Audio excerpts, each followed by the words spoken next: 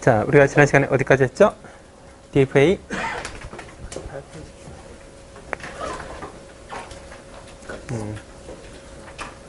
오케이. 자, 지난 시간에 레귤러 랭귀지의 이제 여러 가지 내용들을 다루는 과정에서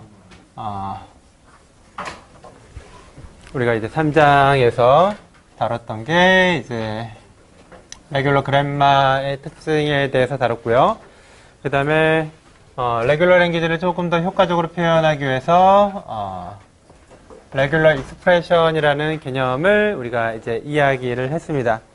자, 그리고 지난 시간에는 어떠한 스트링이 레귤러 랭귀지에 포함이 되면 이 스트링이 주어진 그 언어 집합에 포함이 되느냐 안 되느냐 그런 것들을 알기 위해서 파이나이트 오토마타 개념을 우리가 이제 다뤘죠. 그래서 지난 시간에 이제 다뤘던 내용들은 특히 이제 파이나이트 오토마타가 DFA하고 NFA 두 가지 종류가 있는데 그중에서 이제 DFA를 우리가 이제 먼저 다뤄봤습니다.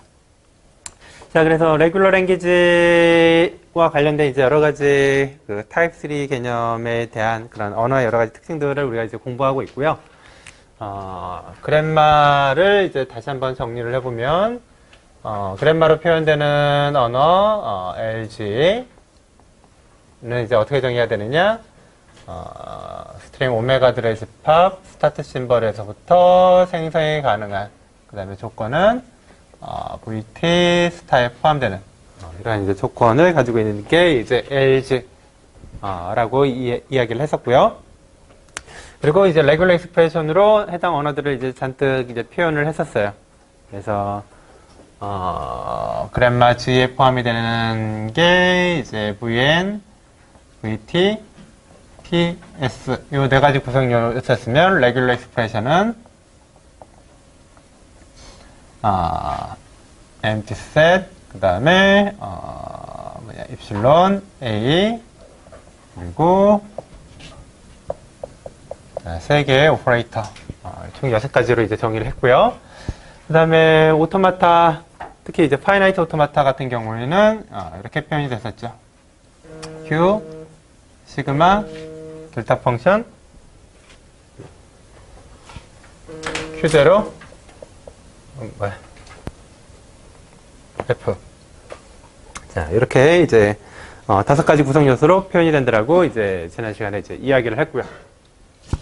그중에서 델타 펑션이 이제 핵심적인 내용이라고 얘기를 했고요. 델타 펑션은 Q하고 시그마를 입력으로 받아서 여러 가지 이제 서브셋들을 이제 출력해주는 그러한 펑션이 이제 델타 펑션의 특징이었죠.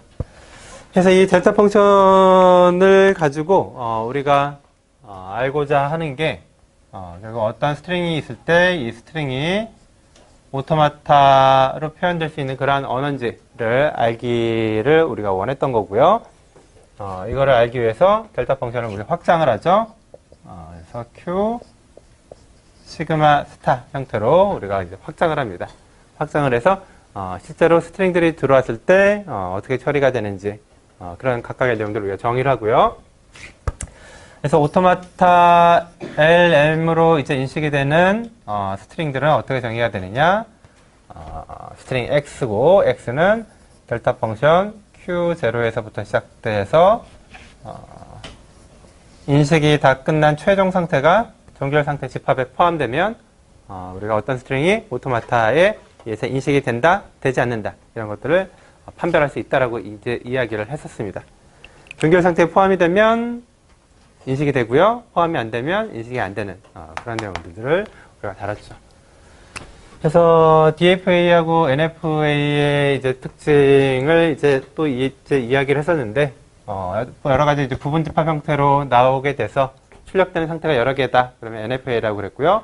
출력되는 상태가 항상 하나의 상태다. 그러면 우리가 DFA라고 이야기를 했었습니다.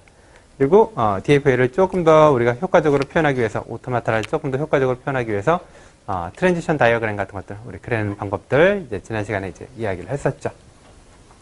자, 그래서 이런 내용들을 우리가 쭉 이야기를 했었고요. 이번 시간에는 자, NFA, Non-Deterministic Finite Automata에 대해서 한번 이제 이야기를 해보도록 할게요. 자, 역시 이제 Non-Deterministic하다라는 거에 대한 정의가 먼저 있어야 되고요. 자, 정의는 어떻게 이루어지느냐? 보시는 것과 같이 델타 펑션의 상태와 시그마의 이제 인풋 파라미터에 따라서 나오게 되는 출력 상태가 보시는 것처럼 여러 개, 2개 이상의 상태가 존재하게 되면 우리가 특정 상태에서 입력 심볼을 보고 가야 되는 상태를 결정적으로 고를 수가 없게 됩니다. 여러 개의 상태를 우리가 같이 취급을 해줘야 되기 때문에 이러한 경우를 우리가 비결정적, non-deterministic하다라고 이제 이야기를 하고요. 자, 이러한 상황이 되게 되면 우리가 분석하는 과정이 조금 달라지게 돼요. 평소하고 DFA로 우리가 분석했던 거하고 조금 달라지게 됩니다. 그래서 컴퓨터로 우리가 시뮬레이션 하기가 굉장히 좀 까다로워지죠. 자, 이게 왜 그렇게 되는지 뒤에서 이제 적용하는 과정을 통해서 우리가 한번 보도록 할 거고요. 델타 펑션의 출력이 여러 개이기 때문에 트랜지션 테이블로 우리가 만들어 보게 되면 DFA하고 조금 형태가 달라요. 그래서 여기 보시는 오토마타는 Q가 지금 5개의 상태가 존재하고요. 시그마는 0, 1, 2개의 심볼. 그 다음에 델타 펑션은 보시는 것처럼 하나, 둘, 셋, 넷, 다섯, 여섯, 일곱, 8개. 8개가 정의가 되어 있습니다. 8개가 정의가 되어 있고요. 시작 상태는 Q0, 종결 상태 집합 F는 QF. 하나만 이제 존재하는. 자, 그런 오토마타고요. 델타 펑션을 보시면 자, Q0 상태일 때 0을 보고 갈 수 있는 상태가 Q1, Q2. 2개 상태가 있어요. 2개 상태가 있기 때문에 디터미스틱한가요? 난디터미스틱한가요? 난디터미스틱하죠? 그래서 이 녀석은 NFA가 됩니다. NFA가 되고요. Q0일 때도 1을 보고 갈 수 있는 상태가 Q1, Q3. Q1일 때 0을 보고 갈 수 있는 상태가 Q1, Q2. Q1일 때 1을 보고 갈 수 있는 상태가 Q1, Q3. 뭐 그렇게 되어 있고요. 뭐 Q2일 때 0을 보고는 QF. Q2일 때 1을 보고 갈 수 있는 상태는 없습니다. 정의가 안 되어 있고요. Q3일 때 0을 보고 갈 수 있는 상태 역시 정의가 안 되어 있고 1을 보고 갈 수 있는 상태 QF. QF일 때 0하고 1을 보고 모두 다 QF로 전이를 하게 되어 있어요. 그래서 우리가 저거를 트랜지션 다이어그램으로 간단히 그려보면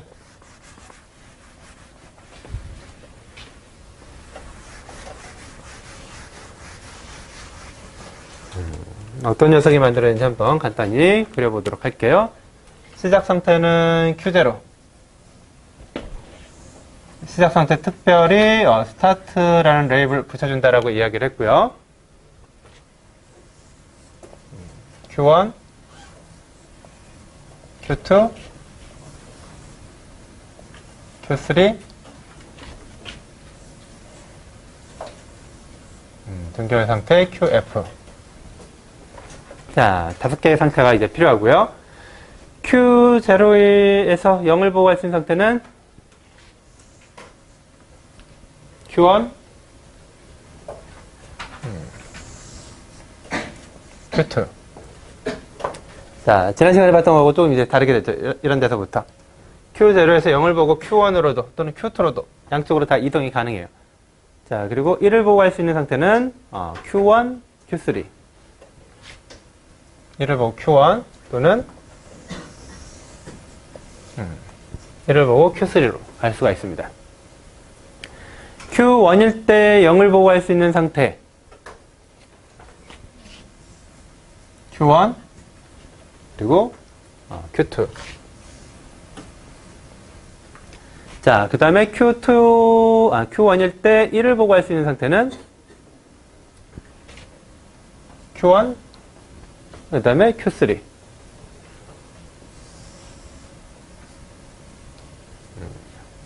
Q2일 때 0을 보고 갈 수 있는 상태는 QF. 1을 보고 갈 수 있는 상태는 없고요. 그 다음에 Q3일 때 0을 보고 갈 수 있는 상태 없고 1을 보고 갈 수 있는 상태는 QF. 그리고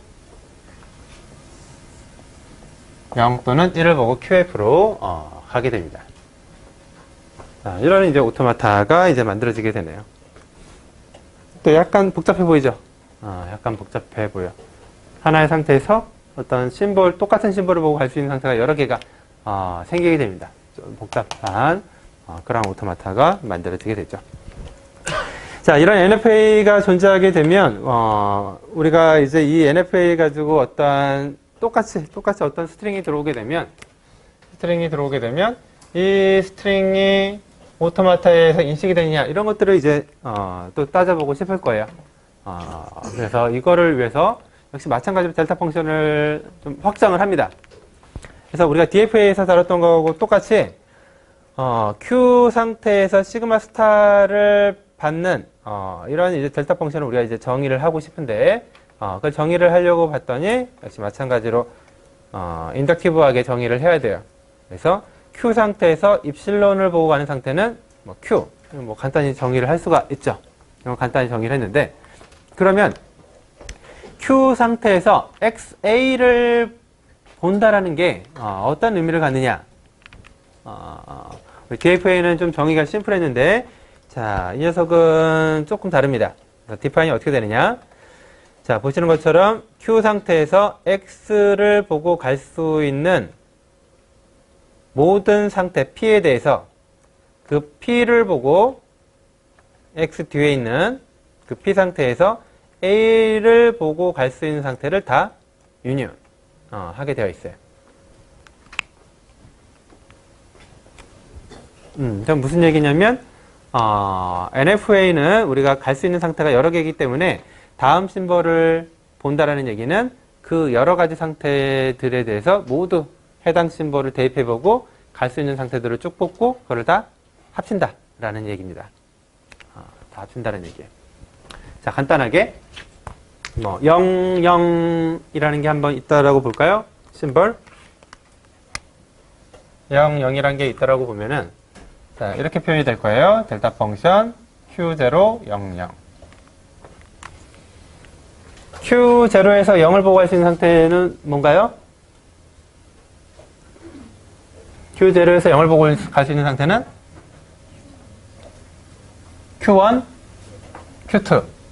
Q1하고 Q2죠.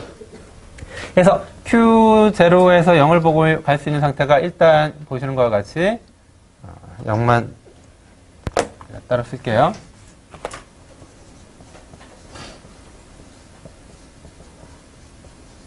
Q1, Q2 이기 때문에 뒤에 나오는 0을 다시 계산하려면은 누구에 대해서 다시 따져줘야 되느냐? Q1일 때 0을 보고 가는 상태, 그 다음에 Q2일 때 0을 보고 가는 상태들을 다 계산해서 합집합을 해줘야 된다는 얘기예요. 다시 말해서 내가 Q0에서 0을 보고 Q1하고 Q2로 갔으니까 그 뒤에 나오는 0은 누구를 고려해줘야 될까요? 여기서 0을 보고 갈 수 있는 경우, 또 여기서 0을 보고 갈 수 있는 경우를 다 합쳐줘야 되는 거죠. 누구 포함이 될까요? Q1에서 0을 보고 갈 수 있는 상태, Q1, Q2, Q2에서 0을 보고 갈 수 있는 상태, QF. 그래서 그게 다 합쳐져서 이게 어떻게 되느냐? Q1, Q2, QF. 세 가지가 나오게 되죠.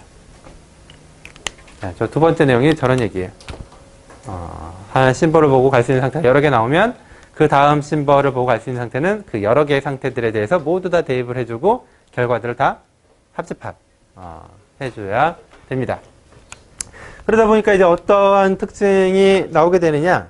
자, 이렇게 나오게 돼요. 여러 개의 조합에 대해서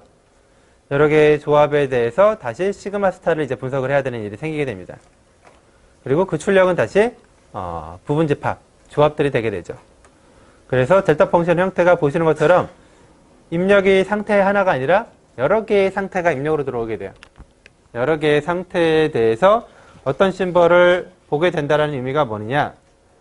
각각의 상태, 이 PI, 각각의 상태에 대해서 X를 보고 갈 수 있는 어떤 출력 상태가 있으면 그걸 다 유니온 해줘야 된다는 얘기예요.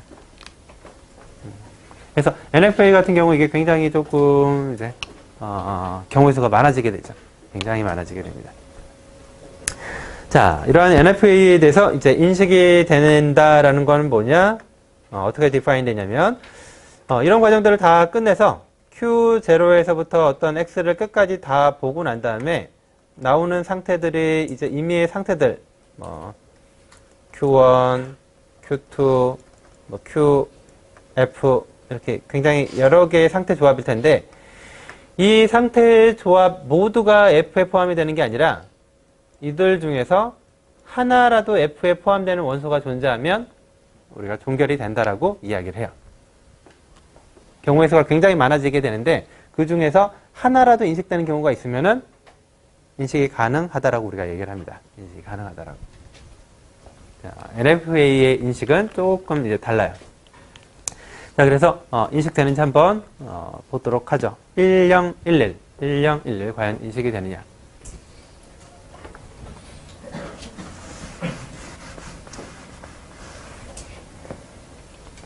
자, 슬라이드에 뭐 들어가 있는 그대로인데, 델타 펑션 Q0, 1011.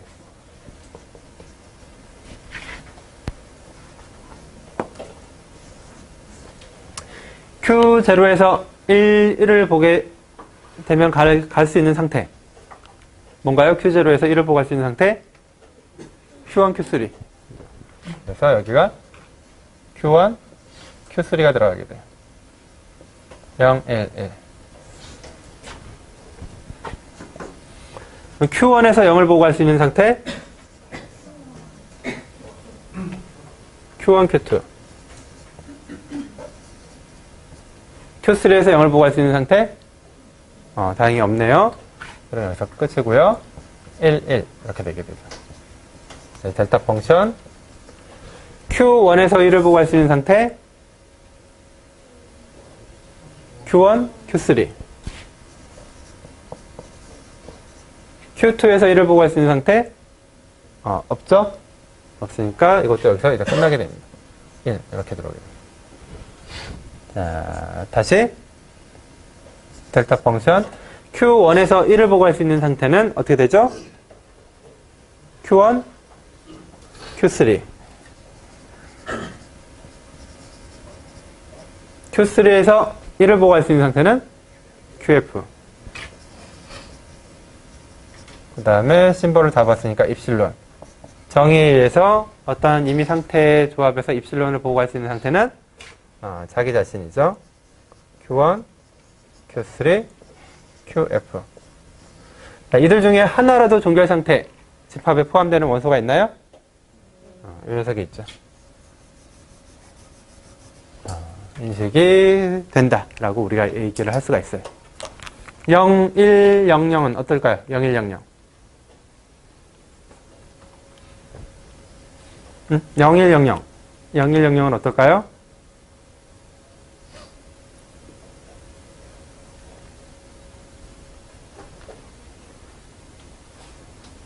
(0100) 인식될까요?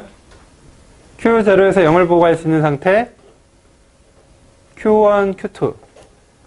Q1으로 갔다고 쳐보죠. 0을 보고 Q1으로 갔어요. 1을 보고 갈 수 있는 상태는 Q3나 Q1이죠. 어디로 갈까요? Q3로? Q3로 가버리면 0을 보고 갈 수 있는 상태 있나요? 없죠. 더 이상 진행이 안 되죠. 그러면 다시 뒤로 돌아와야 되겠죠. 뒤로. Q3 안 가고 어디로 가야 되나요? 그러면 Q1으로 가고요. 0, 1. 그 다음에 0을 보고 갈 수 있는 상태 Q1이나 Q2 있죠. 어디로 갈까요? Q2. 0을 보고 갈 수 있는 상태 QF. 잠깐 보셨다시피 길을 잘못 들면 무슨 일이 생기나요? 인식이 안 되는 일이 생깁니다. 그래서 자, 요 내용들을 가지고 우리가 간단하게 트리를 다시 그려보면 뒤에 슬라이드에 있지만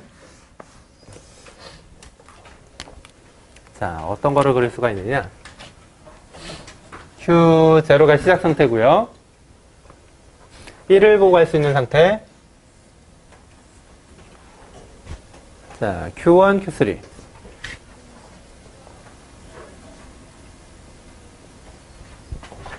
자, 그 다음에 다시 0을 보고할 수 있는 상태. Q1, Q2.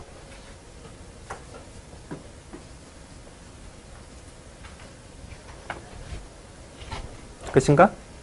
Q1, Q2. 자, 그 다음에 Q1, Q2에서 1을 보고 할 수 있는 상태. Q1에서 1을 보고 Q1 너무 많이 내려왔나? 그 다음에 1을 보고 Q3 Q2에서 1을 보고 할 수 있는 상태 없고요. 그 다음에 Q1에서 다시 1을 보고 할 수 있는 상태 Q1, Q3 Q3에서 1을 보고 할 수 있는 상태 QF. 자, 이런 트리가 만들어지겠다. 이런 트리가. 뭐하고 똑같냐면 이게 어떻게 보면 이제 일종의 이제 디시전 트리하고 약간 이제 비슷한 형태예요. 내가 Q0 시작 상태인데 Q0 시작 상태에서 0을 보고 갈 수 있는 상태가 있어요. 0을 보고 갈 수 있는 상태가 두 개가 있죠. 두 개가 있어요. 두 개가 있고 두 개가 있는 상태에서 이제 선택을 해야 돼.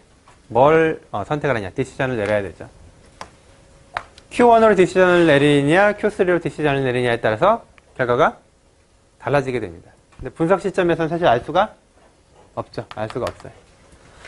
자, 그래서 어떻게 보면 이제 번호가 가장 짧은 녀석을 우리가 선택을 한다라고 하죠. 알고리즘을 그때그때마다 노드를 랜덤하게 고르는 거는 조금 그러니까 시퀀셜하게 우리가 고른다고 생각을 해보면은 후보가 Q1, Q3가 있는데 Q1이 빠르니까 Q1을 먼저 셀렉팅을 한다라고 하죠. 자, 0을 보고 할 수 있는 상태가 역시 Q1, Q2 두 가지가 나오게 돼요. 역시 빠른 녀석을 선택을 해보면은 Q1이 선택이 되죠. 그리고 Q1일 때 1을 보고 할 수 있는 상태가 Q1, Q3가 있습니다. 역시 빠른 녀석 생각하면 Q1 선택하고요. 역시 마찬가지로 Q1, Q3가 있을 때 1번을 선택을 해요. 여기까지 가게 되면 우리가 심벌을 다 보게 된 겁니다. 하나에 우리가 패스를 쭉 선택을 해서 쭉 이렇게 내려가게 돼요. 디시전을 이제 계속해서 끝까지 내려왔는데 인식이 되나요? 인식이 돼요? Q1은 종결 상태가 아니죠. 종결 상태가 아니기 때문에 인식이 안 됩니다. 뭘 해야 될까요, 그러면? 백 트래킹. 네, 백 트래킹. 우리가 고를 수 있는 후보가 여러 개였는데 잘못된 선택을 했기 때문에 이런 알고리즘을 뭐라고 하냐면 우리 백 트래킹 알고리즘이라고 이야기를 해요. 다시 돌아오게 됩니다. Q1 상태에서 우리가 고를 수 있는 후보가 하나 더 있었죠. 적용을 해봐요. 분석이 됩니까? 안 되죠. 다시 백트래킹을 합니다. 다시 백트래킹을 해요. 고를 수 있는 게 없죠. 그러면 한 단계 더 백트래킹을 합니다. 고를 수 있는 게 있는지 따져보고요. 고를 수 있는 게 있나요? Q3로 가보죠. Q3에서는 갈 수 있는 상태가 하나밖에 없으니까 여기서 이제 밑으로 내려갑니다. 인식이 되나요? 인식이 되죠. 그래서 여기서 이제 끝나게 되는 거예요. 오케이. 인식이 된다. 라는 걸 우리가 알 수가 있어요. 자, 그래서, 아까 잠깐 우리가 0100 봤던 거하고 똑같이 뭔가 이 선택을 해야 되는 그러한 알고리즘의 특징을 가지게 돼요, 이 녀석이. 그리고 보편적으로 만들게 되면 우리가 백트래킹 알고리즘으로 표현을 하게 되는데, 문제는 이 백트래킹 비용이 굉장히 높다라는 거죠. 그래서 보시면 아시겠지만, 자, 트리의 어떤 뎁스는 뭐하고 관계가 있을까요? 트리의 뎁스는 뭐하고 디펜던시가 있죠? 어떤 거에 디펜던시가 있죠?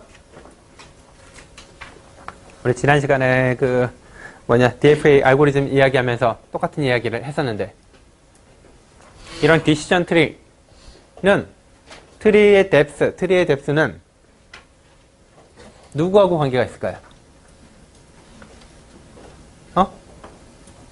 누가 길어지면 트리가 계속 깊어질까요? 트리의 높이가 커질까? 뎁스가 깊어질까?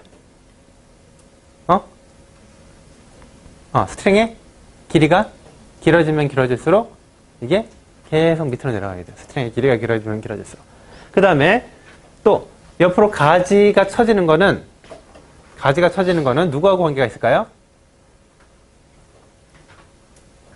특정 상태에서 고를 수 있는 상태가 많아지게 되면 가지가 앞으로 더 많이 처지겠죠. 더 많이 처질 거예요. 상태들의 개수, 델타 펑션하고 연결된 그런 상태들의 개수가 많아지면 많아질수록 트리가 옆으로 계속 늘어나게 되죠. 상태가 커지게 되면. Q역의 경우 이 트리가 이제 어떻게 만들어지게 되느냐? 여기에 있는 것처럼 어떤 상태의 개수가 m개고 인풋 스트링의 길이가 n이면 트리의 사이즈, 다시 말해서 트리 안에 들어가 있는 노드의 개수는 어떻게 되냐면 m의 n승으로 표현이 됩니다. m의 n승. m의 n승으로 표현이 돼요. 나올 수 있는, 그러니까 한 레벨에 대해서 나올 수 있는 상태가 m개 존재하고 그게 뎁스가 n개이기 때문에 m의 n승만큼의 트리의 사이즈가 필요합니다. 자, 그리고 이 알고리즘을 여러분들 보셨으면 이제 짐작을 하셨을 텐데, 자, 베스트 케이스는 어떤가요? 이 트리를 탐색한다라고 했을 때 어떠한 스트링이 인식이 된다라는 걸 알 수 있는 베스트 케이스, 베스트 탐색 타임. n번만 노드를 따라서 쭉 내려가면 이 첫 방에 딱 걸리는 경우 바로 찾을 수가 있겠죠. 근데 되는지 안 되는지를 알아내야 되는 경우가 이제 워스트 케이스 경우에는 어떤 경우일까요? 이 트리의 모든 노드를 다 방문을 했는데도 불구하고 안 되는 거를 이제 알았을 경우에 인식이 안 된다라는 걸 우리가 알 수가 있어요. 노드를 몇 번 방문해야 되나요? m의 n승 방문을 비짓을 해야 돼요. 보통 알고리즘의 복잡도가 조금 이제 그나마 이제 트랙터블하다. 그래서 프로그래밍으로 짤만하다라고 하는 수준의 복잡도가 혹시 얼마인지 아시나요? n제곱, n의 상수승, n의 상수승, n의 상수승, n의 한 3승까지 보통 이제 우리가 보편적으로 그 알고리즘으로 많이 써요. 그거보다 더 커지면은 쉽지가 않습니다. 근데 이 녀석은 어떻죠? 사이즈가 커지면 커질수록 확 올라가는 m의 n승. 굉장히 복잡도가 높은 녀석입니다. 그래서 우리가 NFA를 그 컴퓨터로 뭔가 처리하기에 부적합하다, 시뮬레이션 하기가 어렵다라는 얘기가 이러한 경우의 수를 이제 다 따져봐야 되기 때문에 그래요. 트리. 스트링의 길이가 길어지면 길어질수록 정말 사이즈가 커집니다. 여러분들 프로그램 짤 때 프로그램에 들어가 있는 캐릭터 하나가 다 그 알파벳 심벌이라고 생각을 해보세요. 프로그램 몇 라인 보통 짜시나요? 가장 많이 짜본 라인 수. 응? 잘 몰라요? 만 라인이라고만 해봐도, 여러분 보통 만 라인 정도? 그렇게 규모가 큰 프로그램 아직까지 짜보셨지 않았을 수도 있으니까, 대강 만 라인 너무 큰가요? 여러분들 아직까지 만 라인짜리 소스를 짜본 적은 없나요? 1000라인짜리는 짜봤을 거 아니에요, 그쵸? 1000라인이라고 생각을 하고, 한 라인당 그 캐릭터가 몇 개씩이나 있나요? 한 라인당 캐릭터 보통 10개? 10개. 10개라고 치면은 스트링의 길이 그럼 몇 개라고 우리가 대강 가정하죠? 10,000개 정도 될까요? 스트링의 길이 한 10,000개 정도 될 거고요. 그 다음에 상태수, 일반적인 프로그램 랭귀지의 상태수, 보통 몇 개 될까요? 상태수. 우리가 문법의 개수, 그러니까 넌터미널 개수하고 약간 이제 비슷하게 되는데, 문법이 보통 한 200개 정도의 생성 규칙이 있다라고 치고, 각각의 생성 규칙에 중복해서 쓰이는 것까지 고려해서 그냥 한 적당히 250개 250개 정도라고 하면은 250개 정도라고 하면 250의 만승? 얼마죠? 250의 만승? 250의 만승. 굉장히 큰 수죠? 계산을 안 해봐가지고 250의 만승이 얼마인지 모르겠다. 트리 사이즈가 컴퓨터로 돌리는 게 쉽지가 않습니다. 자, 그래서 밑에 나와 있는 얘기가 그거예요. 이게 이제 DFA 같은 경우에 우리가 일상생활에서 쓰는 어떠한 우리의 이제 실생활에서 다뤄지는 여러 가지 문제들은 사실 결정적인 문제가 그렇게 많지는 않아요. 하다못해 여러분들 점심 메뉴 고르는 문제 결정적인가요? 뭐 성격에 따라서 결정적이신 분이 계실 수가 있죠. 굉장히 심리 테스트 해보면 굉장히 이제 특수한 이런 성격을 가진. 그래서 월요일 점심에는 난 꼭 짬뽕을 먹어야 된다. 화요일 점심에는 난 꼭 짜장을 먹어야 된다. 이런 케이스가 아니면 거의 대부분의 여러분들 실생활에서 접하는 문제들은 다 비결정적인 문제, 비결정적인 문제.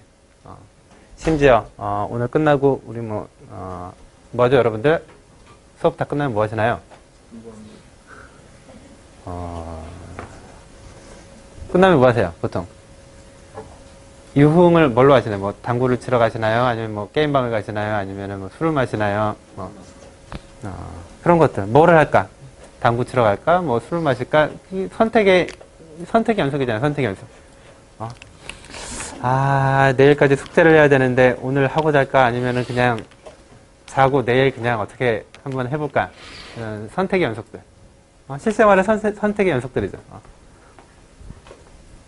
자, 그래서 어떤 리얼월드에서 어떤 문제들을 모델링 할 때는 NFA가 굉장히 적합한데 문제는 이 NFA의 특성상 컴퓨터로 분석을 하기가 굉장히 어려워요. DFA는 대신 컴퓨터로 분석하기는 굉장히 좋지만 우리의 어떤 실생활에서 다루는 문제하고는 조금 차이가 있죠. 자, 이런 이제 약간의 이제 차이점들이 있습니다. 자, 이것까지를 일단 이제 알아두시고. 자, 근데 이제 여기서 이제 어떤 문제가 생기게 되냐면, 자, 우리가 이제 이 오토마타를 가지고 어휘 분석기 같은 것들을 이제 보통 만들게 되는데, 그거하고 이제 비슷해요.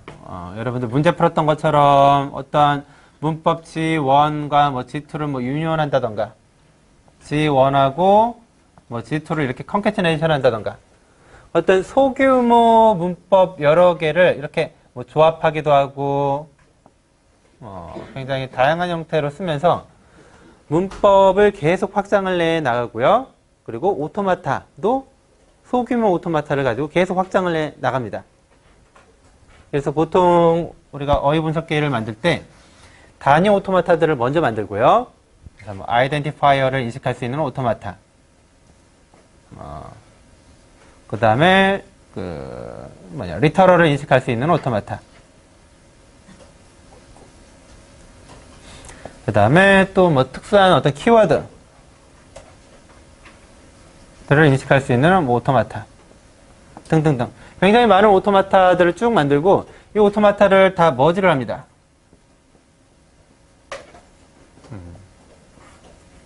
다 머지를 하고 좀 오토마타들 단위 오토마타를 계속 조합해가지고 커다란 오토마타를 만들게 돼요. 커다란 오토마타를 만들게 되는데 이 커다란 오토마타를 만드는 과정에서 누가 만들어지냐면 자연스럽게 NFA가 만들어지게 돼요. NFA. 우리가 입실론 NFA라고 표현되는 좀 특수한 형태의 Non-Deterministic Finite Automa타가 만들어지게 됩니다. 오토마타들을 막 머지를 하게 되면. 그래서 NFA 개념 가지고 머지를 하면 굉장히 쉽게 정의가 돼요. 근데 문제는 NFA가 컴퓨터로 시뮬레이션 하기는 쉽지가 않다고 그랬죠. 그래서 계속 백트래킹을 해야 되기 때문에 굉장히 쉽지가 않고요. 그러다 보니까 사람들이 이제 고민을 하게 되죠. 이걸 어떻게 우리가 DFA로 처리할 수 있는 방법이 없을까? 고민을 하고요. 다행스럽게 모든 NFA에 대해서 어떤 NFA가 존재하면 그 NFA가 인식할 수 있는 언어를 인식할 수 있는 동등한 DFA가 반드시 존재합니다. 그래서 NFA를 DFA로 우리가 바꿀 수가 있어요. 그 바꾸는 기본적인 개념에 대해서, 알고리즘에 대해서 한번 이야기를 해보도록 할게요. 자, 그래서 NFA를 DFA로 컨버팅하는 이제 기본적인 알고리즘 이야기를 할 거고요. 그 과정이 약간 조금 뭐라고 해야 되나, 비효율적인 면들이 있어가지고 그거를 조금 더 효과적으로 만드는 그런 방법들이 있습니다. 그 얘기를 할 거고요. 마지막으로 아까 얘기했던 입실론 NFA라는 조금 더 복잡한 녀석이 있는데 그 입실론 NFA를 DFA로 바꾸는 방법, 요 세 가지에 대해서 우리가 이야기를 할 겁니다. 자, 아무튼 NFA를 DFA로 바꾸는 방법이 존재하고요. NFA의 어떤 accepting sequence를 한번 이제 찬찬히 바라보면 이제 여기서 아이디어를 우리가 찾아낼 수가 있어요. 자, 먼저 Q0 상태에서 어떤 스트링들을 이제 쭉 인식을 하게 되고요. Q0에서 A를 보고 갈 수 있는 상태가 뭐 Q1, Q2, QI 여러 개의 상태라면 저 상태 전체에 대해서 A2를 보고 갈 수 있는 다음 상태들을 우리가 고르게 되겠죠. 계속 골라요. 그래서 AI까지 왔을 때 어떤 상태가 뭐 P1, P2, PJ 이러한 어떤 상태들로 표현될 수 있는 부분집합 중에 이제 하나겠죠. 역시 마찬가지로 계속 분석을 해가지고 최종적으로 심벌을 다 보고 난 다음에 상태 조합까지 오게 되고 이 상태 조합 중에서 종결 상태가 포함이 되는 녀석이 있으면 accept하고 아니면 이 녀석은 이제 invalid string이 되는 거죠. 자, 근데 요 과정들을 이제 찬찬히 보게 되면 기본적으로 상태는 유한집합인가요? 무한집합인가요? 상태는 유한집합이죠. Q라는 녀석은 유한집합이고요. Q로 만들어낼 수 있는 부분집합들의 집합은 무한집합인가요? 유한집합인가요? 예? Q로 만들어낼 수 있는 부분집합들은 이게 유한한가요? 무한한가요? 유한하죠. 유한합니다. Q의 원소들로 조합할 수 있는 부분집합들은 좀, 뭐, 2의 Q승계로 늘어나긴 하지만,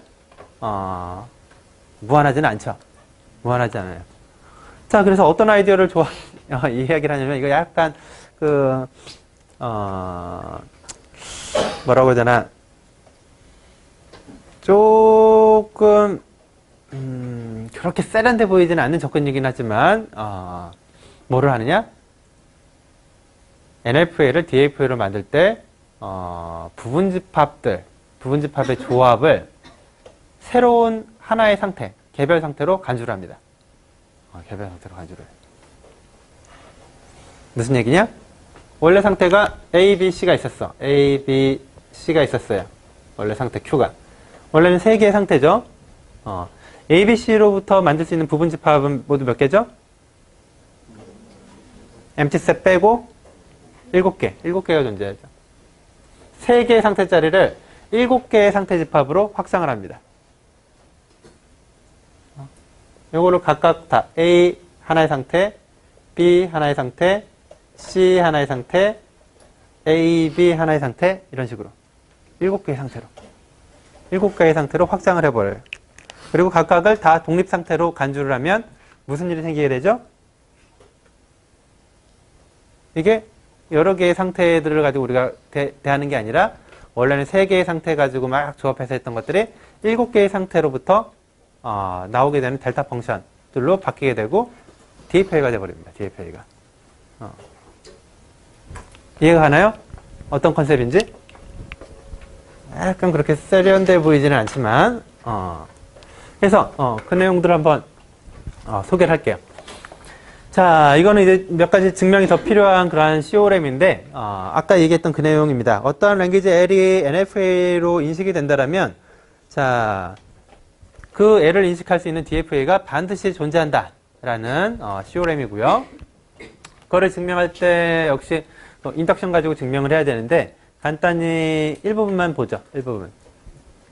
자, 먼저 NFA를 Q 시그마 델타 펑션 Q0F라고 정의를 하고 나면 이 CORM이 만약 참이라면 누가 반드시 존재해야 되냐면 DFA, M'이 존재를 해야 되고요. M'을 우리가 상태가 달라지니까 일단 Q' 첫 번째 원소, 그 다음에 시그마는 그대로 썼네요. 똑같은 걸 써도 상관이 없을까요? 시그마는 알파벳 심벌이기 때문에 똑같은 걸 써도 상관이 없죠. 똑같은 걸 쓰고요. 델타 펑션 프라임, Q0 프라임, F 프라임 다 새롭게 집합을 합니다. 여기 보시는 것처럼 Q 프라임을 어떻게 정의하느냐? 2의 Q, 다시 말해서 서브셋들의 조합, 서브셋들의 집합으로 만들어내요. 그래서 어떤 조합이 나오느냐에 따라서 이걸 각각의 새로운 상태로 좀 구별하기 위해서 우리가 집합을 표현할 때 쓰는 브레이시스를 안 쓰고 스퀘어 브레이킷으로 이렇게 표현을 합니다. 그래서 이거를 여러 개의 상태들이 모인 게 아니라 그냥 이름이 이런 새로운 하나의 상태로 만들어내요. 자, Q0 프라임은 원래 NF의 Q0인데 우리가 이렇게 새롭게 정의하는 녀석의 어떤 표기법에 따라서 대괄호를 써서 이렇게 Q0로 만듭니다. F는 어떻게 되느냐? F가 여러 개가 있을 수가 있겠죠? F가 여러 개가 있을 수가 있어요. 특히 NFA 같은 경우에 F가 존재만 하면 되기 때문에 원래 F의 원소를 포함하고 있는 모든 부분집합 조합들을 다 F로 만듭니다. 무슨 말인지 이해가 가나요? 예를 들어 아까 A, B, C에서 C가 종결 상태였다. C가 종결 상태였으면 C가 포함될 수 있는 부분집합들은 어떤 게 있죠? C, AC, BC, A, B, C 이런 녀석들이 모두 다 종결 상태로 포함이 돼요. 모두 다 종결 상태. 자, 그리고 델타 펑션이 그대로 오게 됩니다. Q1, Q2 임의 조합에 A를 보고 갈 수 있는 상태가 임의 출력 조합이라면은 이거를 그대로 델타 펑션으로 만들어 내게 됩니다. 여러 개의 조합을 하나의 상태로 간주를 해서 하나의 상태 간의 전이가 있는 것처럼 만들게 돼요. 자, 그리고 이거를 이제 간단히 증명을 해보면은 이런 게 성립이 된다는 걸 볼 수가 있어요. F'에 포함되는 경우와 그러니까 F에 포함되는 경우 두 가지가 공집합이 될 수 없다는 것들을 모든 스트링에 대해서 볼 수가 있어요. 그래서 두 개가 같다라는 걸 우리가 이야기를 할 수가 있습니다. 자, 기본적인 아이디어는 이거예요. 상태들의 조합을 새로운 상태로 간주하는 거. 그러면 상태의 개수는 비록 늘어나기는 하지만 우리가 백트래킹 할 필요는 없게 됩니다. 자, 이 컨셉을 가지고 실제로 한번 적용하는 것들을 한번 보도록 하죠.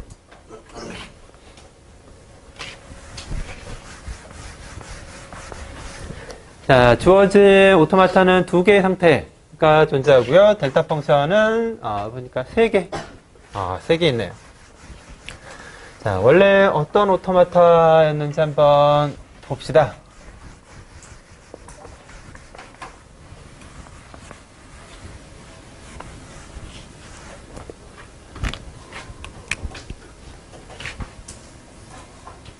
Q0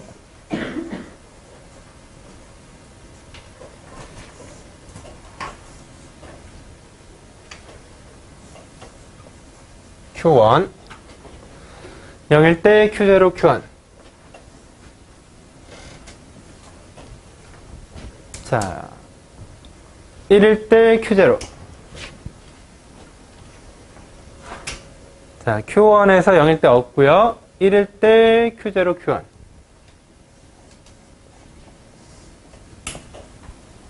자, 이런 오토마타네요. 이런 오토마타. 자, 이런 오토마타고요. 0하고 1이 앞에서 계속 돌아가고, 그 다음에 0, 1 왔다 갔다 할 수 있고, 끝날 때는 1이 계속 반복해서 끝날 수 있는 그러한 오토마타인 걸 알 수가 있습니다. 자, DFA로 우리가 컨버팅을 해보면, M''을 우리가 Q', 시그마, 델타 펑션 프라임, Q0 프라임, F 프라임으로 이제 정의를 하고요. Q0는 2의 Q 승계로, 다시 말해서 부분집합들로 표현이 되고요. 보시는 것과 같이 Q0, Q1, Q0, Q1 이렇게 세 개의 상태로 확장이 됩니다. 두 개에서 세 개로. Q0 프라임은 원래 있던 Q0, F는 원래 종결 상태가 Q1이었으니까 Q1이 포함되어 있는 모든 상태 조합. 그래서 이 녀석이 종결 상태, 이것도 종결 상태. 종결 상태는 두 개가 되겠네요. 자, 델타 펑션 프라임을 이제 정의를 하게 되는데, Q0일 때 0을 보고 갈 수 있는 상태는, Q0일 때 0을 보고 갈 수 있는 상태는, 이 케이스와 똑같고요. Q0, Q1이죠. 그래서 새로운 상태 조합 Q0, Q1으로, 이야기를 하고요. 역시 마찬가지로 Q0일 때 1을 보고 갈 수 있는 상태들, Q1일 때 0을 보고 갈 수 있는 상태 없고요. Q1일 때 1을 보고 갈 수 있는 상태, Q0, Q1. Q0, Q1일 때 0을 보고 갈 수 있는 상태, Q0, Q1. Q0, Q1일 때 1을 보고 갈 수 있는 상태, Q0, Q1. 자, 이렇게 만들어내게 됩니다. 상태는 3개가 되고, 델타 펑션은 하나, 둘, 셋, 넷, 5개. 5개의 델타 펑션으로 늘어나게 되죠. 자, 그래서 트랜지션 테이블로 우리가 표현을 다시 하는데, Q0, Q1, 뭐 Q0, Q1 뭐 이렇게 계속 쓰는 게 조금 이제 불편하니까, 이름을 새로 붙여요. 레이블을 새로 붙여가지고, Q0를 A, Q1을 B, Q0, Q1을 C라고, 이름을 새로 붙이면, 보시는 것과 같은 3개의 상태, 2개의 입력 심벌에 대한, 트랜지션 테이블이 만들어지게 되죠. 그리고 그림을 그려보면 이제 재밌게 그려지게 됩니다. A가 시작 상태고요. 종결 상태는 누구죠? B, C 두 개가 종결 상태. 자, 그래서 B하고 C가 종결 상태로 표현이 되어 있고요. A에서 0을 보고 C, 1을 보고 자기 자신. B에서 0을 보고 갈 수 있는 상태 없고요. 1을 보고 C로 갑니다. 1을 보고 C로 가요. 자, C에서 0을 보고 C, 1을 보고 C로 갑니다. 자, 오토마타가 이렇게 나오게 되는데, 자, B 상태가 좀 재밌는 상태가 되죠. B 상태. 어떤 상태인가요, B? 어떤 게 조금 다른 거하고 다르죠? 시작 상태에서 접근이 불가능합니다. 어떠한 델타 펑션을 쓰더라도 스타트 상태에서부터 B로 갈 수가 없어요. B로 갈 수가 없습니다. 이런 상태를 우리가 inaccessible symbol, inaccessible state라고 이야기를 하고요. 제거를 할 수가 있게 됩니다. 필요가 없는 그러한 상태가 돼요. 필요가 없는. 자, 그래서 B와 관련된 상태들을 제거하고 나면 재밌게도 우리가 DFA로 바꿨는데 원래 NFA하고 상태가 어떻게 되죠? 상태 수가 똑같아지게 돼요. 똑같아지게 되고요. 바뀐 녀석을 한번 다시 여기 그려보죠. A고요. C고요. 1, 0, 0, 1.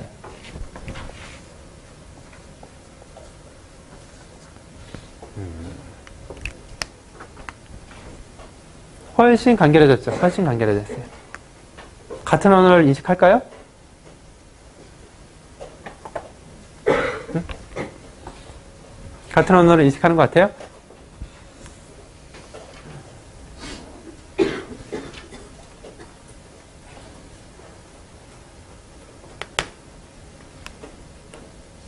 응? 어떤 것 같나요? 같은 언어를 인식하는 것 같아요? 0일을 여기서 계속 반복을 합니다. 0일을 계속 반복. 0일을 계속 반복하는 게 표현이 되어 있나요? 0일을 계속 반복할 수가 있죠. 0이 무조건 한번 나와야 되고요. 그렇죠? 끝나려면 0이 무조건 한번 나와야 돼요. 1을 보면은 다시 반복이 돼야 되죠. 여기서 반복이 될 수 있고 여기서 반복이 또 될 수도 있고.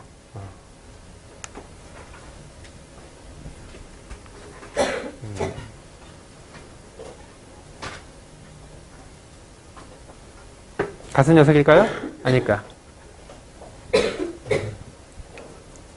우리가 한번 풀어보면 알겠죠? 레귤러 익스프레션으로. 그러면 만들 수 있죠? 레귤러 익스프레션. 어떻게 만들 수 있나요? 첫 번째 녀석 이렇게 해서 나오게 되면 예를 들어 이것도 A라고 하죠. A, B. A는 0A 플러스 1A 플러스 0B. B는 B 어떻게 되나요? 1A 플러스 1B 플러스 입실론. 1 스타 1A 플러스 입실론. 1 스타 1A 플러스 1. 대입을 하면 A는 0A 플러스 1A 플러스 0, 1 스타 1A 플러스 0, 1는 0, 1 스타 1 플러스 0 플러스 1 스타 0, 1 이렇게 되네.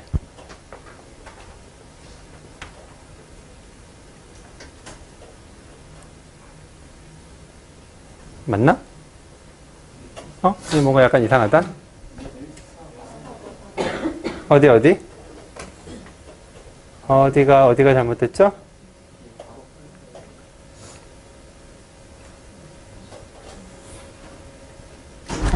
여기.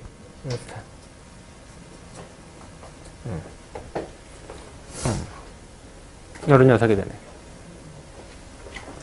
이건 어떻게 될까요? 이거는 A는 1A 0C, C는 0C 플러스 1C 플러스 입실론 0 플러스 1 스타. A는 1 스타 0, 0 플러스 1 스타.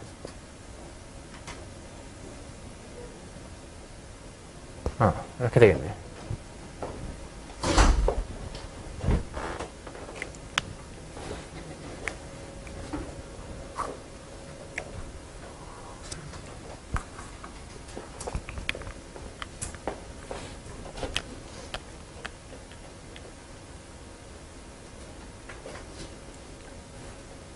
같은 녀석일까? 조금 한번 고민을 해보세요. 자, 아무튼 이런 식으로 우리가 오토마타의 그 여러 가지 상태들을 이제 새로운 상태 조합, 그러니까 상태 조합을 이제 새로운 상태로 간주를 해가지고 만들게 되고요. 그 다음에 인억세시블한 스테이트들을 우리가 제거 할 수가 있어요. 제거해서 이렇게 그 DFA로 변환이 가능합니다. 자, 그리고 이 과정을 이제 계속 보게 되면 이제 어떤 것들을 알게 되냐면 상태 조합으로 우리가 이제 새로운 상태 Q'을 만들어내기 때문에 이게 미리 상태 조합을 잔뜩 만들어 놓고 계산을 했더니 어떤 경우에 아예 접근이 안 되는 그러한 불필요한 상태들이 많이 나온다라는 걸 우리가 알 수가 있어요. 그래서 전략을 조금 이제 바꿔보게 되는 거죠. 상태를 다 만들어 놓고 델타 펑션들 다 따져보고 접근이 안 되는 걸 나중에 계산하는 게 아니라 처음에 상태를 새로 만들어낼 때부터 상태 조합을 우리가 다룰 때부터 접근이 가능한 녀석들에 대해서만 우리가 상태를 만들자 라는 좀 다른 전략을 우리가 취해보면 굉장히 효과적으로 우리가 NFA를 DFA로 바꿀 수가 있습니다. 자, 그래서 그 프로퍼티가 이제 accessible이라는 프로퍼티고요. 시작 상태 Q0에서부터 우리가 어떤 스트링들을 보고 접근이 가능한 그러한 상태들만 가지고 우리가 새로 상태들을 조합하게 돼요. 자, 전에 있던 방법대로 하게 되면 우리가 상태의 개수가 지금 5개이기 때문에 2의 5승 마이너스 1개를 하게 되면 필요한 상태의 조합 개수는 몇 개죠? 31개. 31개의 상태들을 쭉 만들어내고 다 트랜지션 테이블을 만들어야 되는데 자, 그럴 필요가 없다라는 겁니다. 자, 그래서 원래 NFA가 보시는 것처럼 이제 존재하고요. DFA를 만들어내는 과정을 보게 되면 먼저 시작 상태 Q0부터 시작을 해요. Q0 상태에서 0을 보고 갈 수 있는 상태, 1을 보고 갈 수 있는 상태 각각 Q1, Q2, Q1, Q3를 만들어냅니다. 자, 그럼 Q0에서 접근이 가능한 상태는 이 두 가지 상태밖에 없는 거예요. 그래서 Q1, Q2를 가지고 그럼 Q1, Q2에서 접근 가능한 상태가 또 뭐냐를 따집니다. 자, 그래서 Q1, Q2에서 접근 가능한 상태는 Q1, Q2는 Q1, Q2, QF 이런 새로운 상태 조합이고요. 자, 이번에는 Q1, Q2를 했으니까 Q1, Q3에 대해서 접근 가능한 상태를 이제 따져보게 돼요.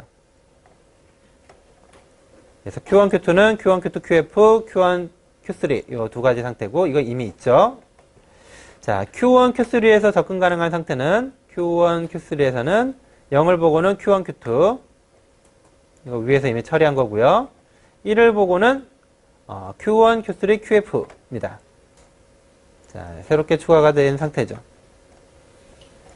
자, 그래서 이미 처리한 건 놔두고 새롭게 추가가 된 상태에서 또 접근이 가능한 상태가 있는지 또 따져봐요.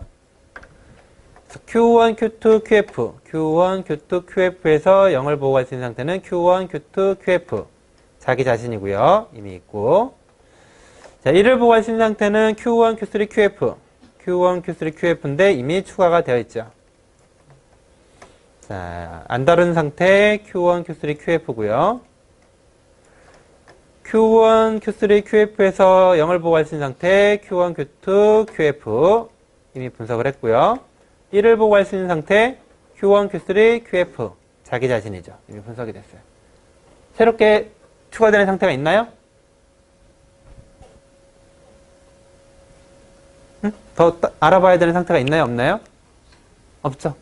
이미 모든 상태에 대해서 Q0에서부터 접근 가능한 상태를 다 따져본 겁니다. 그러면 나머지 지금 하나, 둘, 셋, 넷, 5개를 뺀 20 몇 개야? 26개. 26개의 상태는 우리가 고려할 필요가 없는 거죠. 26개 상태가 모두 다 뭐냐? in accessible state에 해당이 돼요. 자, 그래서 이런 accessible property를 이용해가지고 우리가 계산을 하게 되면 원래 처음에 계산하는 방법은 상태들의 조합을 다 이렇게 만들어가지고 따져야 되기 때문에 상태의 개수만큼 필요한 메모리량이 잔뜩 필요한데 accessible state 개념을 이용하게 되면 처음 상태 만들고 필요한 상태들의 조합, 필요한 상태들로 계산을 하기 때문에 worst case인 경우에는 2의 Q승계만큼의 메모리 스페이스가 필요하지만 보통은 accessible state들만 계산을 하게 되면 불필요한 공간이 생기기 때문에 좀 더 효과적이고 그 다음에 좀 더 메모리 사이즈를 적게 쓸 수 있다는 걸 우리가 기대할 수가 있게 되는 거죠. 그래서 실제로는 여기까지만. 그래서 물론 worst case에서는 저게 2의 Q승계만큼의 메모리 스페이스를 쭉 쪼개가지고 다 만들게 될 필요가 있는데 그거보다 적게 끝날 수 있는 걸 우리가 기대할 수가 있어요. 그 다음에 계산도 다 계산을 하고 불필요한 것들을 없애는 게 아니라 필요한 것들만 계산하니까 계산량도 줄어들게 되죠. 자, 이렇게 해가지고 조금 더 우리가 효과적으로 우리가 accessible state를 가지고 계산을 할 수 있다는 거 알아두시면 되겠고요. 자, 여기까지 혹시 질문 없나요? 여기까지 다 이해가 되시나요? 다 이해가 되시나요? 그러면 여기까지는 일단 이야기를 하도록 하고요. 자, 다음 내용이 이제 굉장히 중요한 내용인데, 자, NFA 중에서 아주 좀 특별한 NFA가 있습니다. 뭔가 앞에 그 수식어가 계속 붙죠? 수식어가 계속 붙고 약간 좀 더 불친절해 보이는 그런 이제 슬라이드 페이지인데, 자, 저렇게 앞에 수식어 하나 더 붙어 있어요. 입실론이 붙어 있습니다. 저 입실론이 붙어 있는 NFA를 우리가 입실론 NFA라고 이야기를 하고요. 자, 이 녀석은 델타 펑션이 확장이 되어 있어요. 원래는 델타 펑션이 Q하고 시그마를 보고 2의 Q로 가는 그런 펑션인데, 시그마 외에 누가 또 그 인풋으로 들어올 수가 있느냐? 입실론이 들어올 수가 있습니다. 입실론. 입실론이 들어온다는 얘기는 뭐냐면 원래라면 내가 하나의 상태에서 다른 상태로 전이를 하려면 특정 심벌을 꼭 봤어야 됐어요. 특정 심벌을 읽고 난 다음에 상태를 전이할 수가 있었는데 입실론이 있다는 얘기는 뭐냐면 내가 어떤 한 상태에서 다른 상태로 전이를 할 때 심볼을 읽지 않고도 상태를 전이할 수 있다는 얘기가 돼요. 심볼을 읽지 않고 상태를 전이할 수가 있게 됩니다. 근데 이게 굉장히 까다로운 일이 돼버립니다. 굉장히 까다로운 일이 되게. 간단한 예제 하나만 먼저 보고 이야기를 해보면 1, 2, 3 1, 2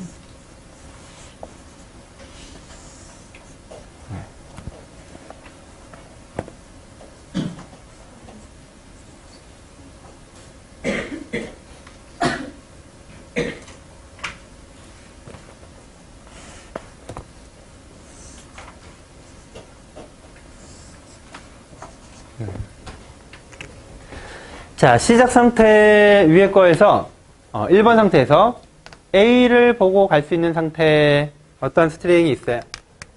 A라는 녀석을 보고 전이할 수 있는 상태가 어떻게 되죠? 제일 위에 거는 2번이죠. A를 보고 나면 1번에서부터 2번으로 상태가 전이가 됩니다. 1번에서부터 2번으로. 이게 만약 NFA다. 그래서 이러한 경우가 있다. 1번에서 A를 보고 갈 수 있는 상태는 1번에서 A를 보고 갈 수 있는 상태는 어떻게 되죠? 1번에서 A를 보고 갈 수 있는 상태 1번에서 A를 보고 갈 수 있는 상태 뭐? 2하고 3이 되죠. 이렇게. 이게 우리가 일반적인 NF예요. 위에 거 DFA이고 밑에 거 NFA이고. 자, 입실론 NFA는 1번에서 A를 보고 갈 수 있는 A를 보고 가는 상태가 어떤 심볼 A를 보고 가는 상태가 어떻게 되느냐? 일단 뭐 어떤 게 될 것 같나요? 2번 될 것 같죠? 2번. 우리가 평소에 봤던. 근데 심벌을 보지 않고도 이동이 가능하다라고 이야기를 했죠. 그래서 1번 상태가 내가 볼 상태인데 1번이 만약 1번 상태에서 심벌을 보지 않고도 이동할 수 있는 상태가 있으면 그게 마치 자기 자신 상태하고 똑같습니다. 2번까지 심벌 보지 않고 이동할 수가 있어요. 그럼 2번에서 A를 보고 갈 수 있는 상태가 뭐죠? 3번도 포함이 되고요. 자, 그 다음에 이런 것도 가능해요. 1번에서 2번까지 A를 보고 간 다음에 2번에서 입실론 무브를 해버려요. 또 누가 포함이 되나요? 3. 여기 원래 들어가 있으니까 추가가 되진 않지만 이게 고려해야 되는 게 위에 거하고 달라지게 됩니다. 입실론 무브가 가능하다라는 얘기는 내가 특정한 상태에서 고려해야 될 상태가 훨씬 더 늘어난다는 얘기예요. 훨씬 더 늘어나게 됩니다. 그래서 1번 상태를 고려할 때 내가 동시에 누구까지 같이 고려해야 되냐면 2번까지 같이 고려해요. 1번에서 2번까지 그냥 이동이 가능하니까. 그러한 개념이 이 입실론 NFA입니다. 그래서 이거를 우리가 이제 효과적으로 DFA로 이제 컨버팅을 하려고 하니까 먼저 필요한 정보가 이제 하나 있어야 되는 거예요. 어떤 정보냐면 그거를 우리가 내가 특정한 상태에서 같이 고려해야 되는 상태가 도대체 뭔지. 다시 말해서 입실론 무브가 가능하기 때문에 같이 고려해야 되는 상태. 가령 여기에서는 1번 상태와 같이 고려해야 되는 상태가 누구죠? 2번을 같이 고려해야 되죠. 내가 1번을 분석을 할 거면은 1번뿐만 아니라 2번도 같이 봐줘야 돼. 그럼 도대체 이렇게 같이 고려해야 되는 상태를 우리가 어떻게 계산할 수 있을까? 그리고 그 결과가 저 입실론 클로저라는 개념으로 해소가 됩니다. 자, 특정한 상태 또는 특정한 상태 집합에서 입실론을 보고 갈 수 있는 상태들이 도대체 뭔지를 우리가 이제 알아내는 거고요. 이게 NFA다 보니까 두 가지 케이스를 고려를 해줘야 돼요. 하나의 상태에 대해서도 고려를 해줘야 되고요. 집합에 대해서도 고려를 해줘야 됩니다. 자, 그래서 어떤 입실론 클로저 S 하게 되면 S 상태에서 입실론을 보고 갈 수 있는 상태는 어떻게 정해야 되느냐? 자기 자신 기본적으로 포함을 하고요. 자기 자신 기본적으로 포함을 하고, 자, 자기 자신이 입실론 클로저에 포함이 되기 때문에 그 입실론 클로저에 포함되어 있는 P에 대해서, 특정 상태 P에 대해서 입실론으로 무브할 수 있는 Q들을 다 포함을 시킵니다. 자, 예를 들어 입실론 클로저 1을 하게 되면 기본적으로 1 자기 자신 포함이 되고 1에서 입실론 무브할 수 있는 녀석 누구? 2번. 2번이 같이 포함이 되게 돼요. 자, 1의 입실론 클로저는 1, 2 이렇게 되게 됩니다. 자, NFA이기 때문에 어떤 경우에는 여러 개의 상태 집합에 대해서도 같이 입실론 클로저를 계산을 해줘야 될 필요가 있어요.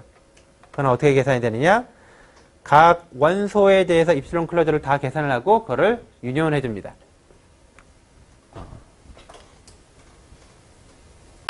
1에 우리가 입실론 클로저를 계산하면 1, 2라 그랬어요. 자, 입실론 클로저 1, 2 하게 되면 정에 따라서 입실론 클로저 1 유니온 입실론 클로저 2 이렇게 되죠. 1은 위에서 정의했기 때문에 1, 2가 나올 거고요. 입실론 클로저 2는 누구죠? 2, 3. 2, 3이죠. 2, 3. 아이고. 따라서 입실론 클로저 1, 2는 어떻게 되느냐? 1, 2, 3이 되게 돼요. 1, 2, 3. 1, 2, 3이 되게 됩니다. 1, 2, 3. 자, 이런 식으로 입실론 클로저가 계산이 되게 돼요. 자, 그래서 이 간단한 예제 보고 다시 한번 보게 되면 요 입실론 아크가 달려있기 때문에 이 녀석은 입실론 NFA예요. 그래서 A 상태에서 내가 A를 보고 A로도 갈 수 있지만 B로 입실론 무브를 하고 B에서 A를 보고 C로도 갈 수 있어요. 그리고 A에서 입실론 무브를 통해서 D까지 가서 D에서 A를 보고 D로 올 수도 있습니다. 시작 상태에서 A를 보고 갈 수 있는 상태가 3개가 되는 거예요. 3개. 자, 그래서 입실론 클로저 A를 계산하는 걸 보면 A 기본적으로 포함이 되고 A에서 입실론 무브가 가능한 B, 그 다음에 입실론 무브가 가능한 D. 그래서 A의 입실론 클로저는 A, B, D가 되고요. 입실론 클로저 AC는 입실론 클로저 A, 입실론 클로저 C인데 A가 A, B, D니까 C의 입실론 클로저만 계산을 해보면 됩니다. C의 입실론 클로저는 CD, CD죠. 유니온하면은 A, B, C, D가 AC의 입실론 클로저. 자, 이렇게 계산이 돼요. 자, 이걸 가지고 그러면 DFA 구성하는데 어떻게 활용을 하느냐? 다음과 같이 우리가 계산을 하게 됩니다. 자, 이번 시간에 가장 조금 이제 핵심되는 내용이고요. 자, 입실론 클로저를 DFA로 바꾸기 위해서 보시면 4개의 상태가 존재하고요. 1, 2, 3, 4 상태가 존재하고 인풋 심벌은 A, B, C 3개가 있습니다. 입실론 아크가 있기 때문에 1번에서 3번 또는 4번으로 입실론 무브가 가능합니다. 자, 스타트 상태는 1이니까 원래대로라면은 NFA to DFA 컨버팅 알고리즘에서는 여기 1이 들어가고 1에 따른 뭐 조합들이 계속 들어가게 되는데 1을 그냥 할 수가 없는 게 1에서 입실론 무브가 가능한 녀석이 있기 때문에 1과 동등한 녀석을 찾아줘야 돼요. 그래서 입실론 클로저 1을 하면은 1 자기 자신 포함되고 입실론 무브가 가능한 3 포함이 되고요. 1, 3 원소들 중에서 또 입실론 무브가 가능한 4까지 포함이 됩니다. 그래서 시작 상태, 새로운 시작 상태는 1, 3, 4가 되게 돼요. 1, 3, 4. 1, 3, 4. 자, 그래서 1, 3, 4에서 A를 보고 갈 수 있는 상태. 1, 3, 4에서 A를 보고 갈 수 있는 상태는 2번 밖에 없죠. 2번이 나오고요. 2번을 계산하고 난 다음에 다시 2번에서 입실론 무브가 가능한 녀석이 있는지 봐줍니다. 자기 자신 2번밖에 없고요. 1, 3, 4에서 B를 보고 갈 수 있는 상태 없죠. C를 보고 갈 수 있는 상태 3 있습니다. 3에 대해서 다시 입실론 클로저를 계산해줘요. 3, 4. 새로 추가된 상태는 1, 3, 4, 2, 3, 4. 1, 3, 4는 계산했으니까 2가 내려와서 여기서는 입실론 클로저 계산할 필요가 없죠? 여기서 미리 계산했으니까 2가 그대로 내려오고요. 2번 상태에서 A를 보고할 수 있는 상태 없고요. B를 보고할 수 있는 상태 4번. 4번의 입실론 클로저는 4. 자기 자신밖에 없고요. C를 보고할 수 있는 상태도 없습니다. 새롭게 4번 상태 추가가 됐고요. 3, 4 상태 내려와서 3, 4에서 A를 보고할 수 있는 상태 없고 B를 보고할 수 있는 상태 없고 C를 보고할 수 있는 상태 3 있죠. 3의 입실론 클로저 다시 계산을 해주고요. 자기 자신이죠. 자, 4번. 4번 내려옵니다. 4번에서 A, B, C를 보고할 수 있는 상태가 없습니다. 더 이상 새롭게 추가가 된 상태가 없죠. 그래서 NFA to DFA 컨버팅 알고리즘에서 Accessible State 기반한 그런 전략과 동시에 입실론 클로저 계산하는 게 합쳐져가지고 입실론 NFA를 DFA로 컨버팅을 할 수가 있어요. 4개의 상태가 새롭게 나오고 각각의 상태에 대해서 새롭게 레이블을 붙여주면 A, B, C, D라고 레이블을 붙여주면 보시는 것과 같이 심플한 DFA가 나오게 되고요. 새롭게 추가가 된 녀석들 중에서 종결 상태는 누가 될까요? 4번이 원래 종결 상태였으니까 이 조합 중에서 4를 포함하고 있는 녀석은 모두 다 종결 상태가 됩니다. 1, 3, 4 종결 상태, 3, 4 종결 상태, 4번 종결 상태가 되죠. 그래서 바뀐 DFA는 3개의 종결 상태를 갖게 돼요. 3개의 종결 상태. 굉장히 심플하죠? 굉장히 심플하죠. 저 녀석이 인식하는 언어는 A, B를 인식하거나 또는 C 대거를 인식합니다. A, B를 인식하거나 또는 C 대거를 인식을 해요. 아니, C 스타를 인식하네요. C 스타. A에서부터 바로 종결이 가능하니까 C 스타를 인식합니다. C 스타 요즘에 활동 안 하죠? 활동 안 하는데 활동 접었나요? 완전히 그냥? 해체? 안타깝네요. A, B 또는 C 스타. 이런 식으로 우리가 입실론 NFA를 약간 복잡해 보이지만 아이디어는 클리어하죠. 클리어. 그래서 찬찬히 여러분들 한 번씩 보시고 그 다음에 예제 같은 것들 이용해 가지고 복습을 해보시면 다시 이해를 하실 수가 있을 거예요. 자, 여기까지 혹시 질문? 질문 없나요? 그러면 여기까지 하도록 하겠고요. 우리가 중요한 일정을 하나 결정을 해야 됩니다. 여러분들은 이미 눈치를 채셨을 것 같아요. 자, 23일이냐 26일이냐?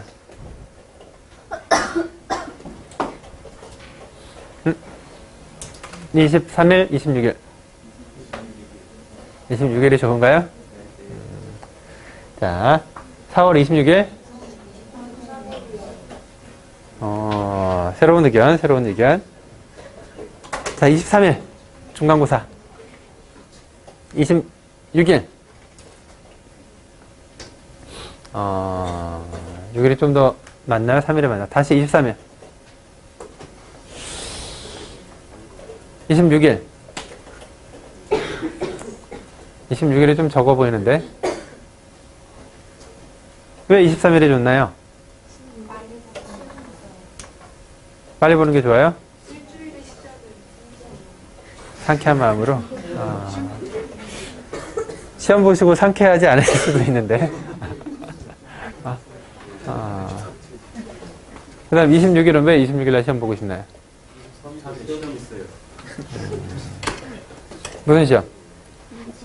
응? 객체지향. 객체지향은 쉽잖아요.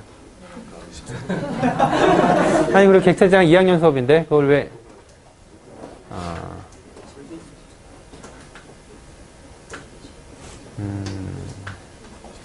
다시 마지막으로 한번 해보죠. 23일. 23일 보겠습니다. 네. 자, 오늘 여기까지 하도록 하겠고요.